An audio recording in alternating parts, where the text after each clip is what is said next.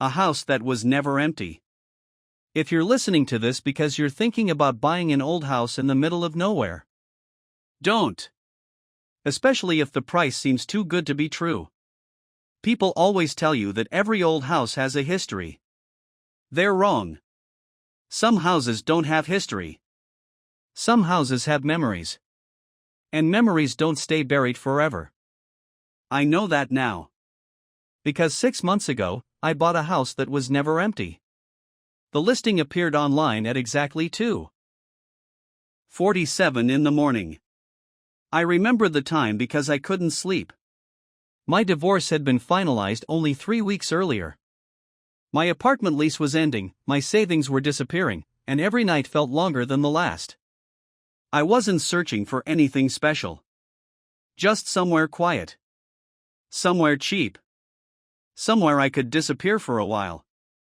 Then I saw it. 3 bedrooms. 2 bathrooms.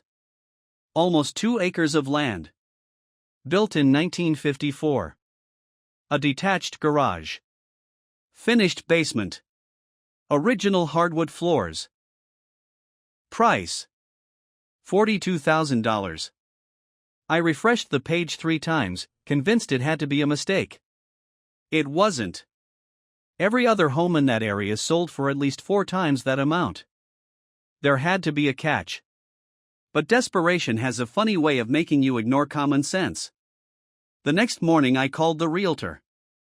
She answered before the first ring had finished. Almost like she'd been waiting. Her name was Linda. She sounded friendly enough over the phone, but when we met outside the property 2 days later, something about her smile looked forced. She wasn't excited to sell the house. She looked relieved that someone had agreed to see it. The property sat nearly a mile off the main road. Tall pine trees surrounded it on every side, blocking out most of the afternoon sunlight. The gravel driveway was cracked with weeds growing through it. The house itself wasn't ugly. Actually, it was beautiful. White wooden siding. Dark green shutters. A wraparound porch. A porch swing moving gently even though there wasn't a breath of wind. You said nobody's lived here recently? I asked. Linda stared at the swing for a second before answering. Not for long. What does that mean? She looked away. The last owners left after a few months. Why? I don't know. She answered too quickly. The inside was spotless. Cleaner than most occupied homes. There wasn't any dust. No cobwebs. No signs that the place had been abandoned for years. The air smelled faintly of cedar wood. And something else. Something old. Like the pages of books that hadn't been opened in decades. Every room felt strangely prepared. The dining table stood perfectly centered beneath the chandelier. The curtains were neatly tied. Even the kitchen counters looked freshly polished. Who cleaned all this? I asked. Linda hesitated. It was already like this. I laughed. No, seriously. She didn't laugh back. It was already like this. She absolutely knew. The inside was spotless. Cleaner than most occupied homes. There wasn't any dust. No cobwebs. No signs that the place had been abandoned for years. The air smelled faintly of cedar wood. And something else. Something old. Like the pages of books that hadn't been opened in decades. Every room felt strangely prepared. The dining table stood perfectly centered beneath the chandelier. The curtains were neatly tied. Even the kitchen counters looked freshly polished. Who cleaned all this? I asked. Linda hesitated. It was already like this. I laughed. No, seriously. She didn't laugh back. It was already like this. The basement door caught my attention immediately. Unlike every other door in the house, it had 3 heavy locks installed. One at the top. One in the middle. One near the floor. What's with all the locks? Linda didn't answer. Instead, she walked toward the kitchen window. I've never opened it. I frowned.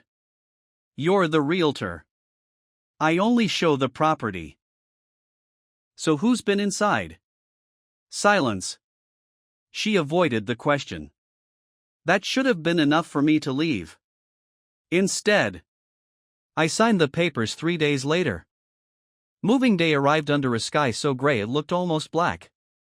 The movers refused to stay after sunset. One of them, a huge guy covered in tattoos, carried my last box onto the porch. Before leaving, he looked at the house for several seconds. You hear knocking tonight? He said quietly. Don't answer it. I laughed. He didn't. Then he climbed into the truck and drove away faster than anyone should on a gravel road. By 7 o'clock that evening, I was alone. The silence felt unnatural. Not peaceful. Not relaxing. Wrong. No birds. No insects. No barking dogs from neighboring farms. Nothing. I stepped outside onto the porch. The woods surrounding the property stood perfectly still. Not a single branch moved. The air felt heavy. Like the entire forest was holding its breath. That's when I noticed the neighboring farmhouse across the field. An elderly woman stood behind her upstairs window, watching me. The moment our eyes met, she closed her curtains. Then another curtain closed in the house beside hers. Then another. Within 30 seconds, every visible window facing my property had been covered. It was as though the entire neighborhood had agreed not to look. I tried distracting myself by unpacking. Hours passed. The house remained perfectly quiet. Around 11, I made coffee and sat in the living room. The old grandfather clock in the corner ticked louder than it should have. Tick. Tick. Tick. Every sound echoed through the empty house. Midnight came. Nothing happened. I actually started laughing at myself. Maybe the creepy realtor. Maybe the nervous movers. Maybe the strange neighbors. Maybe they'd all built up some ridiculous local ghost story. I finished my coffee and headed upstairs. As I reached the second floor, the grandfather clock downstairs stopped. Exactly at 3:13. Not 3:13 in the morning. Just 3:13. Its pendulum froze. The ticking ended. The silence that followed felt alive. I looked down the staircase. The living room was completely dark. I didn't remember turning the lights off. I told myself I was imagining things. Old houses had electrical problems. Old clocks stopped. There was always an explanation. I climbed into bed. Sleep came surprisingly fast. Until... bang. My eyes flew open. I stared into the darkness. Silence. Then... bang. A single knock. Not on the front door. Inside the house. Somewhere below me. I held my breath. Nothing. Maybe the pipes. Maybe wood expanding in the cold. Then came the third knock. Bang. Slow. Heavy. Deliberate. 3 knocks. Perfectly spaced apart. I grabbed the baseball bat leaning against my bedside table and stepped into the hallway. The house was freezing. My breath hung in the air. I slowly walked toward the staircase. Each step creaked beneath my feet. Halfway down, I heard something else. Footsteps. Not mine. Someone was walking across the living room. One step. Then another. Slow. Unhurried. Like whoever it was already knew exactly where they were going. I tightened my grip on the bat. Who's there? No answer. The footsteps stopped. For nearly 20 seconds, everything remained silent. Then a voice drifted through the darkness. Soft. Calm. Almost welcoming. You're late. Every hair on my body stood up. The voice hadn't come from outside. It hadn't come from downstairs. It had come from somewhere inside the walls.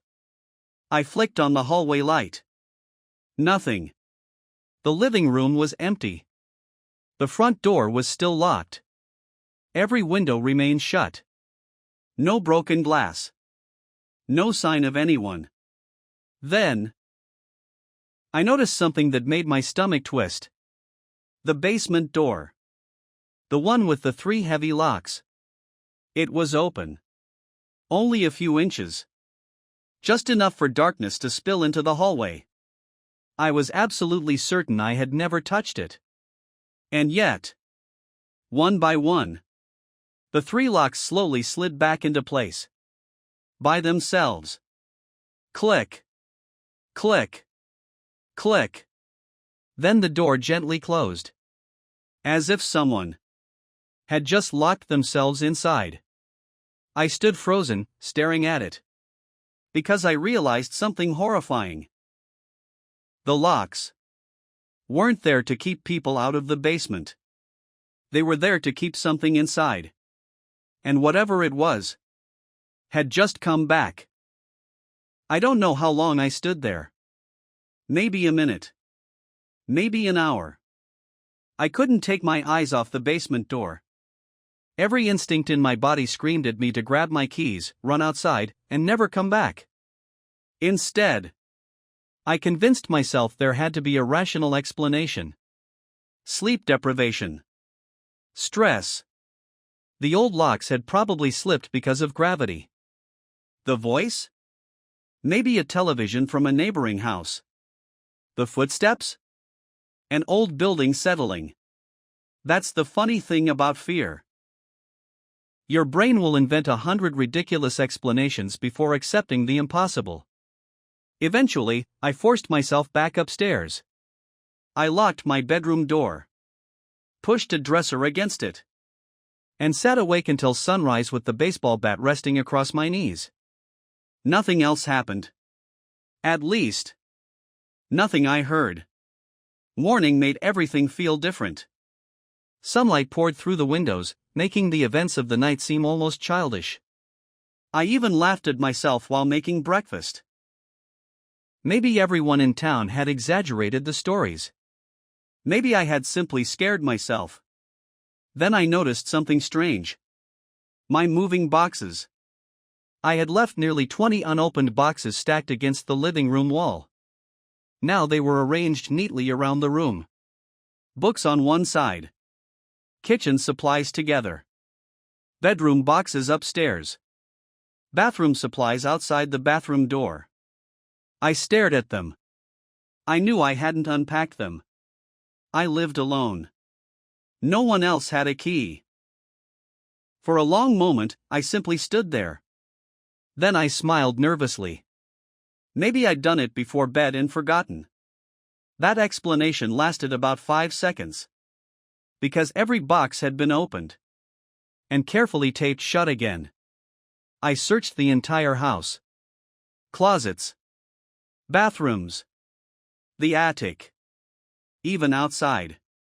Nothing. No footprints. No broken windows. No signs anyone had entered. Still, someone had touched every single one of my belongings. By noon, I drove into town. The first person I spoke to was the cashier at a small grocery store. The moment I gave him my address, his smile disappeared. "You bought the Harper place?" "Yeah." He quietly handed me my change. "You won't be needing groceries for long." "What does that mean?" He shook his head. "I've already said too much." Then he walked into the storage room and never came back. The second person was an old mechanic named Earl. His repair shop looked like it hadn't changed since the 1970s. When I mentioned the house, he stopped tightening a bolt and looked directly into my eyes. You hear the knocking yet? I felt my stomach tighten. How do you know about that? He sighed. They always start with knocking. They? Instead of answering, he lit a cigarette. You planning on staying there? I own it. He nodded slowly. So did everyone else. Before I left, Earl said something that made no sense at the time. If they start helping you. He paused. Don't thank them. The drive home felt longer than usual. Halfway there I noticed something in my rearview mirror. A black sedan. It stayed exactly the same distance behind me for miles. Whenever I sped up, it sped up. Whenever I slowed down, it slowed down. Finally, I pulled onto the shoulder. The sedan kept driving. No driver. No one inside. Just an empty car rolling silently down the road until it disappeared around a bend. I never saw it again. That evening I decided to install security cameras. If someone was getting into my house, I wanted proof. By sunset I had cameras covering the front porch, the backyard, the hallway, the living room, the kitchen, and the basement door. Every camera streamed directly to my phone. Satisfied, I locked every door and went upstairs. At exactly 3:14 a.m., my phone vibrated. Motion detected, basement camera. My heart nearly stopped. I opened the live feed. Nothing. The hallway was empty. The basement door remained closed. Then, someone walked into frame. Not from the basement. Not from another room. He simply appeared. A tall man. Well over 6 feet. Black suit. Black tie. His hands folded neatly behind his back. His face looked almost ordinary. Except for his smile. It stretched far wider than any human smile should. He stared directly into the camera. As if he knew I was watching. Then, he slowly raised one finger. Not to wave. Not to point. He pressed it gently against his lips. A silent warning. Don't make a sound. The camera instantly filled with static. I didn't move. I couldn't. After nearly a minute, I looked toward my bedroom door. Someone was standing outside. I couldn't see their face. Only the shadow beneath the door. Perfectly still. Waiting. My phone buzzed again. Another motion alert. The hallway camera. Hands shaking, I opened the feed. The hallway was empty. No shadow. No person. Nothing. I looked back at my bedroom door. The shadow was still there. Slowly, it began to slide away. Without footsteps. Without sound. As though whoever stood there wasn't walking, but floating. I threw the bedroom door open. The hallway was empty. Every room stood exactly as I'd left it. Except, the door to the guest bedroom was open. I was certain I'd closed it. Inside, moonlight spilled across the floor. Someone had written a single sentence on the dusty window. Welcome home. The letters appeared to have been written from the outside. On the second floor. 30 feet above the ground. The next morning I climbed outside using a ladder. There were no footprints. No marks. Nothing. Yet the message remained. I wiped it away with my sleeve. That night, it came back.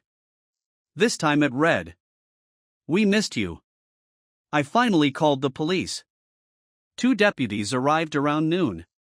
Both looked uncomfortable before they even stepped out of the cruiser. One of them asked quietly, "You're staying here alone?" "Yes." He exchanged a glance with his partner. Neither looked surprised. They searched every room, checked every window, walked through the basement, found absolutely nothing. Before leaving, the older deputy asked if he could see my security footage. I showed him the recording of the smiling man. He watched it twice. His face lost all color. Delete it. What? Delete every copy. Why? He looked around to make sure his partner couldn't hear. Then he whispered. Because if the camera sees him. He stopped himself. If the camera sees him. What? Then he already knows your name. He handed my phone back without another word. The deputies left less than 2 minutes later. No report. No explanation. Just silence. That evening the power went out. Not just in my house. Every light across the valley disappeared. Darkness swallowed everything. The only light came from a full moon hanging over the trees. I lit a candle. Then another. The flames flickered violently despite the still air. That's when I heard it. Laughter. Children laughing. Somewhere upstairs. I slowly climbed the staircase. The laughter stopped. A small red ball rolled across the hallway and bumped gently against my foot. I picked it up. It was old. Rubber faded with age. Written across it in black marker were 3 words. Not yours anymore. A child's handwriting. I swallowed hard. Who's there? Silence. Then, a bedroom door creaked open by itself. Just a few inches. Something inside whispered my name. Not loudly. Not angrily. Softly. Lovingly. Like someone who had known me my entire life. And somehow, that terrified me even more. Because I had never told anyone in this town my name.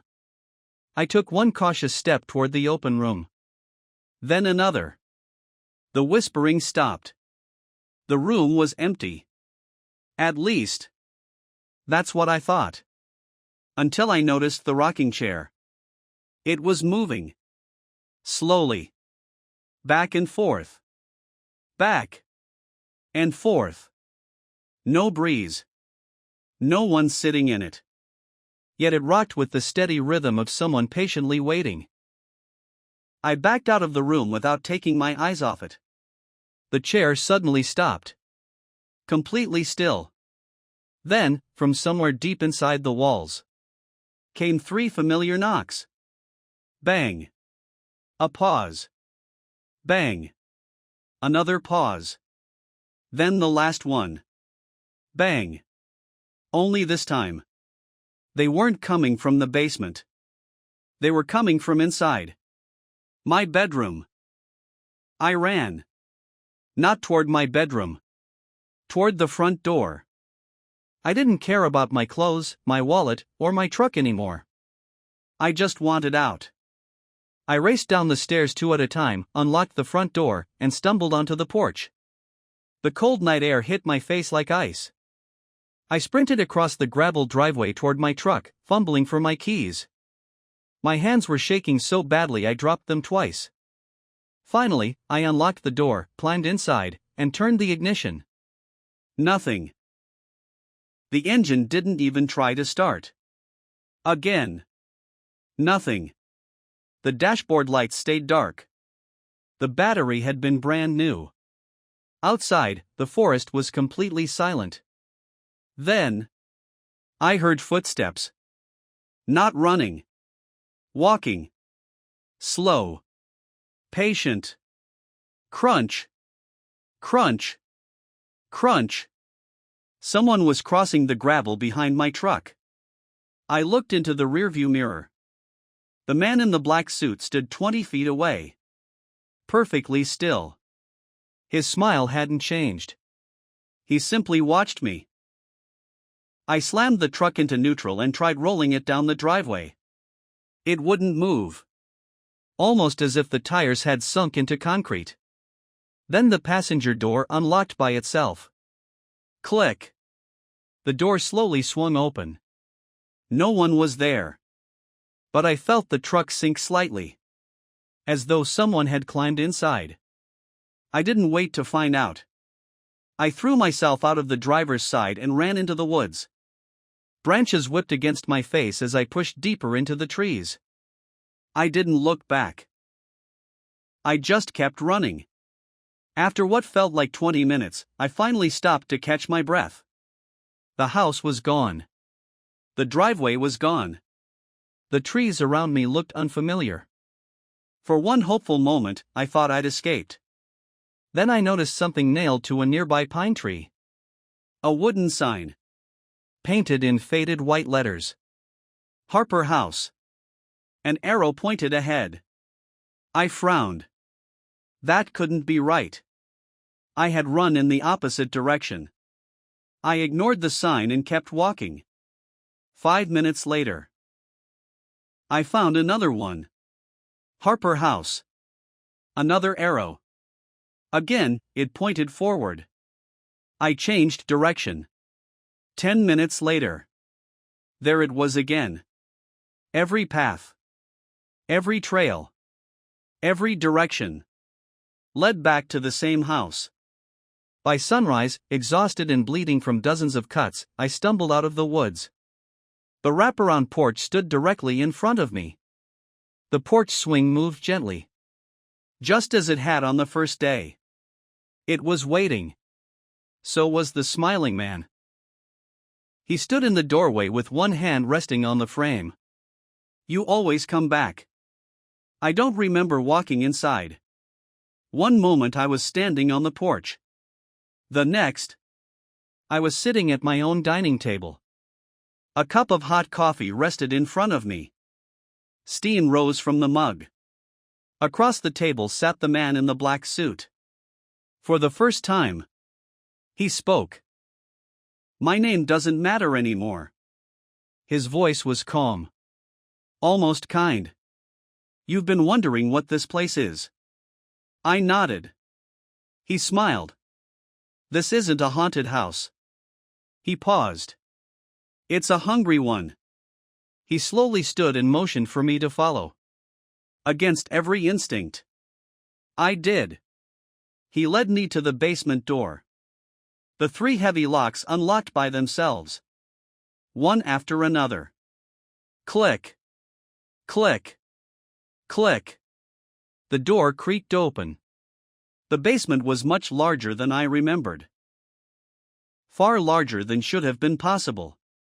Concrete walls stretched into darkness. The air smelled damp, mixed with something metallic. Blood. At the far end of the basement stood a red wooden door. I was certain it hadn't been there before. The smiling man stopped beside it. This room wasn't built. It grew. He opened the door. Behind it was another house. Not a room. A house. An exact copy of mine. Every hallway, every staircase, every picture frame, every scratch in the hardwood floor. Except this house wasn't empty. People stood in every room. Hundreds of them. Families. Children. Old couples. Teenagers. All dressed in clothing from different decades. None of them spoke. None of them blinked. Every single one wore the same expression. A wide, unnatural smile. Then they all turned toward me at exactly the same moment. Without moving their heads first. Only their eyes. Hundreds of eyes. Watching. Waiting. They're still here, the man whispered. They never left. What are they? Their memories. I don't understand. You will. A little girl stepped out of the crowd. She couldn't have been older than 8. She carried the same small red rubber ball I'd found upstairs. She looked at me. I used to live here. When? She smiled. I still do. She rolled the ball toward my feet. As soon as I picked it up, images exploded inside my mind. A family unpacking boxes. Children laughing. Christmas decorations. Birthday parties. Arguments. Tears. Then fear. Doors slamming. Knocking in the walls. Footsteps at night. The smiling man standing silently in every memory. Watching. Always watching. The images came faster. Different families. Different years. Different faces. But every story ended the same way. Nobody escaped. Eventually, everyone stopped trying. I dropped the ball. The visions ended instantly. What is this place? The smiling man finally answered. Every home remembers the people who lived inside. He looked around the impossible house. This one refused to forget. The walls began to tremble. I heard whispers from every direction. Thousands of voices speaking over one another. Some prayed. Some begged. Some laughed. Then they all merged into one sentence. Stay with us. The floor beneath my feet pulsed like a heartbeat.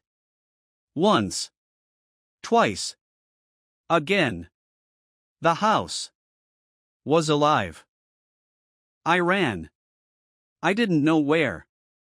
Just away. Hallways stretched longer. Doors appeared where none had existed before. Every room led into another identical room. Every staircase returned me to the same hallway. The house had become a maze. Then I found a front door. Sunlight poured through it. Freedom. I threw it open and rushed outside. Only, I wasn't outside. I was standing in the living room again. The smiling man hadn't moved. I told you. His voice echoed gently. You inherited us. Something finally broke inside me. I grabbed a fireplace poker and swung it at him with everything I had. The metal passed straight through his chest. He didn't flinch. Instead, the wall behind him cracked. A long black fracture spread across the ceiling. The entire house groaned. Every light flickered. The smiling man looked surprised. For the first time, his smile faded. Only slightly. But enough. He whispered. You shouldn't have done that. The floor shook violently. Pictures crashed from the walls. The grandfather clock shattered.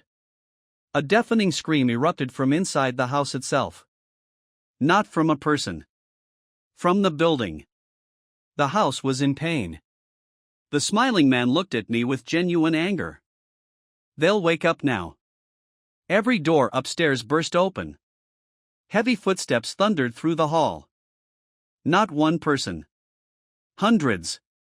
I looked toward the staircase. The former residents were descending together. Men. Women. Children. Their smiles were gone. Now they looked terrified. As if they'd been sleeping for decades. And had finally realized where they were. They weren't chasing me. They were running from something behind them. Something much worse. The lights went out. Darkness swallowed everything. Then I heard breathing. Deep. Slow. Massive. Not human. The smiling man turned toward the darkness. For the first time, he looked afraid. A voice filled the house. It didn't come from any room. It came from everywhere. From the walls. From the floor. From the ceiling. From inside my own chest. He stays. The smiling man lowered his head. As you wish. He stepped aside. Everyone else did too. Hundreds of silent people formed a path leading directly to the front door. The door stood open. Sunlight streamed inside. No one stopped me. No one reached for me. It was as though the house itself had decided. I didn't wait. I ran this time. I never looked back. When I reached the highway, I flagged down the first passing truck. The driver took one look at me and immediately called the police. They found the house later that afternoon. Or at least, they found the property. There was no house. Just an empty concrete foundation. No basement. No furniture. Nothing. The officers assumed I'd suffered some kind of breakdown. They searched for days. The house had vanished. Officially, it never existed. This time, I never looked back. When I reached the highway, I flagged down the first passing truck. The driver took one look at me and immediately called the police. They found the house later that afternoon. Or at least, they found the property. There was no house. Just an empty concrete foundation. No basement. No furniture. Nothing. The officers assumed I'd suffered some kind of breakdown. They searched for days. The house had vanished. Officially, it never existed. Months passed. I tried rebuilding my life. I moved to another state. Started a new job. Saw therapists. Stopped talking about the Harper house. Eventually, I almost convinced myself it had all been a hallucination. Until last week. A package arrived at my apartment. No return address. Inside was a single framed photograph. It showed the Harper house exactly as I remembered it. Families stood on the front porch. Every owner from every decade. Smiling. Standing in the very back. Wearing a black suit. Was the man. Only this time. He wasn't looking at the camera. He was looking at someone beside him. Me. Standing shoulder to shoulder with him. Smiling just as widely. Written neatly on the back of the photograph were 7 words. Thank you for coming home. We'll see you again soon, asterisk asterisk. I burned the picture that same night. I watched every corner turn to ash. I watched the glass crack from the heat. I watched the flames die. The next morning, the photograph was hanging on my bedroom wall. Perfectly clean. As if it had never burned at all. I took it down. Locked it in a storage unit across town. 3 days later, it was back on my wall. Yesterday, I noticed something I hadn't seen before. There was one new figure in the photograph. A young woman standing beside me. I don't know who she is. Not yet. But I'm afraid I will. Because every time someone new appears in that picture, they disappear from the real world soon afterward. So if you ever come across an old white farmhouse deep in the Pennsylvania woods, with a wraparound porch, a porch swing that moves without the wind, and a price that seems impossible to believe, keep driving. Don't stop for directions. Don't step onto the porch. And if someone inside waves at you with a friendly smile, pretend you never saw them. Because the house isn't looking for buyers. It never was. It's looking for neighbors.